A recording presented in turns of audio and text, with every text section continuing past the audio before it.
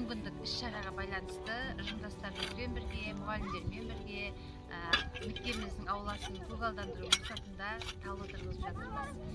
Енді бұл жұмыстарымыз біздің өзінің әрі де жалғасын табады. Сонымен қатар біздің мектебіміздің жанында Жасыл ел үйірмесі бар. Сол Жасыл ел үйірмесіне мектебіміздің 7-ші сыныптарымен бірлесе отырып, соның ішінде тазалық жұмыстары жүргізілді.